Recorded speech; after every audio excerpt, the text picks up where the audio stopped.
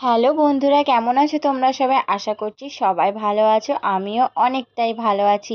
চলে এলাম আবার একটা ব্লগ ভিডিও নিয়ে। আর আজকে হচ্ছে বুধবার, আর এখন বাজে ঘড়িতে পুরো 6:30।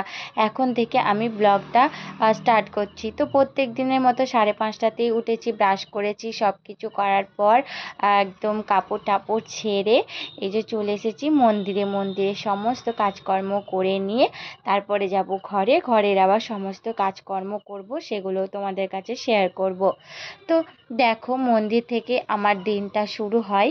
তো রোজই আমার এরকমভাবেই দিনটা শুরু হয়, নতুনত্ব আর কিছুই নেই। এই যে যা আছে তাই তোমাদের কাছে আমি শেয়ার করব। তো দেখো, আমি যখনই মন্দিরে এলাম দেখছি মন্দিরের কারেন্টটাও চলে গেছে, পুরো অন্ধকার। দেখতে পেলে করা যাবে, যেহেতু অনেকটা আবার ঠান্ডাও পড়ে গেছে, জানো তো বন্ধুরা, এত ঠান্ডা পড়েছে যে বাইরে বাচ্চাটাকে বার করে আনতে খুব ভয় পেয়েছিলাম। তার জন্য ওকে বাড়িতেই রেখে এসেছি ওর বাবার কাছে। তো আমি এখানে তাড়াতাড়ি করে একটু মন্দিরের কাজকর্ম সেরে আবার ঘরে যেতে হবে, যেহেতু মেয়েটাকে ঘরে রেখে এসেছি। তো তাই দেখো, আমি মন্দির টন্দির সব পরিষ্কার করে মুছে ধুয়ে তারপরে এই যে আমি পুজোটা দিয়ে দিচ্ছি। আর ভীষণ ঠান্ডা পড়েছে, ভীষণ ঠান্ডা, আগের থেকেও অনেক ঠান্ডা পড়ে গেছে। মন্দিরের কাজকর্ম সব সেরে এই যে আমি চলে এলাম ঘরে। আর যেহেতু তোমাদেরকে বললাম আজকে মঙ্গলবার, আজকে তো আমাদের ঘরে নিরামিষের দিন আছে। তো ঘরে সমস্ত কিছু তো মোছামুছি ধোয়াধুয়ি করতেই হবে, না হলে আমিষের ছোঁয়া আছে, নিরামিষ রান্না হবে, তার জন্য।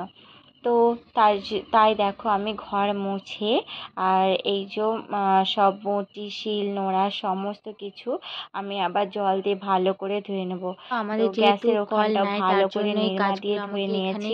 এখন আমি দেখো, আমি এখন ভালো করে ওগুলো একটা ন্যাকড়া দিয়ে ভালো করে জল দিয়ে মুছে নিয়ে তারপর পরিষ্কার জল দিয়ে আমি ধুয়ে নেব। তো দেখো, এগুলো করে আমি তারপরে যাব বাসনটা মাজতে। ঘরের কাজগুলো কমপ্লিট করে বাইরের কাজগুলোও আমাকে কমপ্লিট করতে হবে টাইমের মধ্যে। না হলে টাইম করে জলটা আর পাবো না।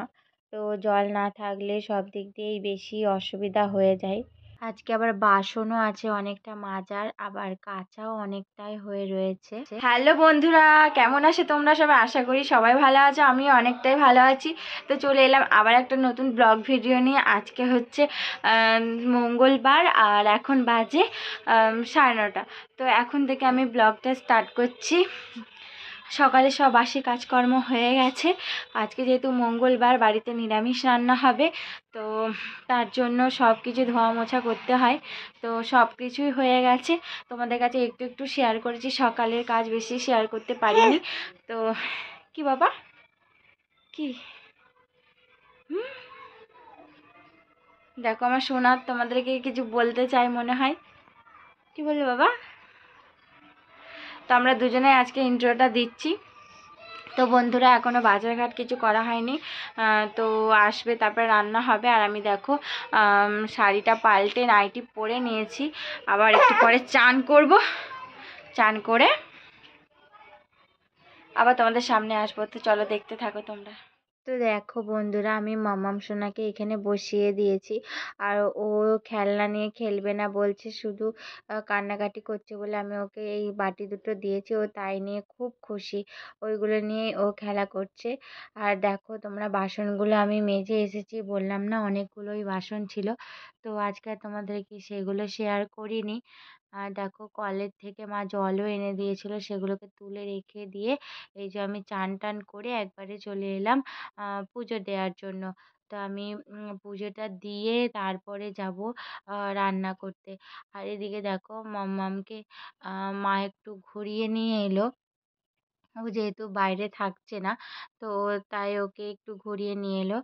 আর আমি পুজো দিচ্ছি দেখে ও তো পুজোর কাছেই আসতে চায়। দেখো, আমি ওকে একটু আরতি দিয়ে দিলাম।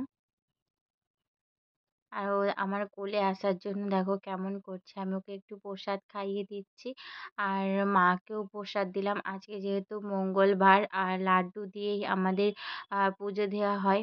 মঙ্গলবার আর শনিবার আমরা লাড্ডু দিয়েই পুজো দিই। আর আমি একটু প্রসাদ খেয়ে নিলাম। এরপরে আবার যেতে হবে রান্নাঘরে, কাজে গেছে, তো তার জন্য মাই বাজারটা করবে। তো বন্ধুরা দেখো, পুজো দিয়ে আমি এই যে চলে এসেছি।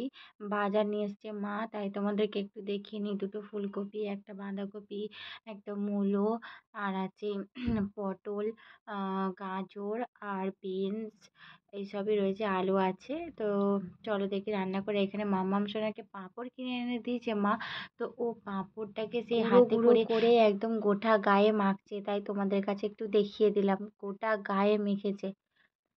তো তারপরে দেখো আমি এই যে সবজি কাটতে বসে গেছি। এখানে ফুলকপিটা কেটে নিচ্ছি, আর ফুলকপির মধ্যে একটু একটু আবার দেখে নিচ্ছি ভালো করে পোকা টোকা রয়েছে কিনা। আর এখন এই ফুলকপিগুলোতে না, হ্যাঁ, পোকাটাই বেশি থাকে। তো যাই হোক, একটা ফুলকপি ভালো ছিল আর একটা একটু পোকা পোকা ছিল। তো যেগুলো ভালো ছিল সেগুলোকে কেটে নিয়েছি আর পোকাগুলোকে বাদ দিয়ে দিয়েছি আমি। তো দেখো বন্ধুরা, এখানে আমি সবজিগুলোকে সব কেটে নিয়েছি। এখানে আলু আর ফুলকপি দিয়ে একটা তরকারি হবে, আর এই যে এখানে পটল ভাজা হবে মশলা দিয়ে। আর তারপরে আমি মটরশুঁটি ছাড়িয়ে নিচ্ছি, মটরশুঁটিগুলোকে তখন ছাড়ানো হয়নি। তো মটরশুঁটিটা না আমি এগুলোকেও আমি ছাড়িয়ে ফুলকপির নিচ্ছি। তরকারিতে দেব।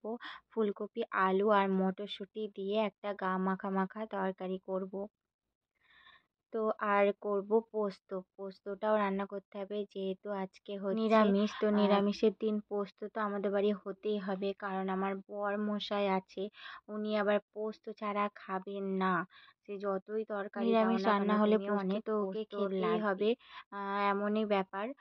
আর দেখো আমি খাওয়া তারপরে রান্না বান্না করার পর একবারে দুপুরবেলা খাওয়া দাওয়া করে এই যে আমি বিকেলবেলার কাজবাজ কিছুটা তোমাদের কাছে শেয়ার করে নিচ্ছি। বিকালবেলাতেও আমাকে ঘরটা মুছতে হয়, কারণ আমার শাশুড়ি মা বলেছে যে ঘরটাকে মুছে নেওয়ার জন্য বিকেলবেলা।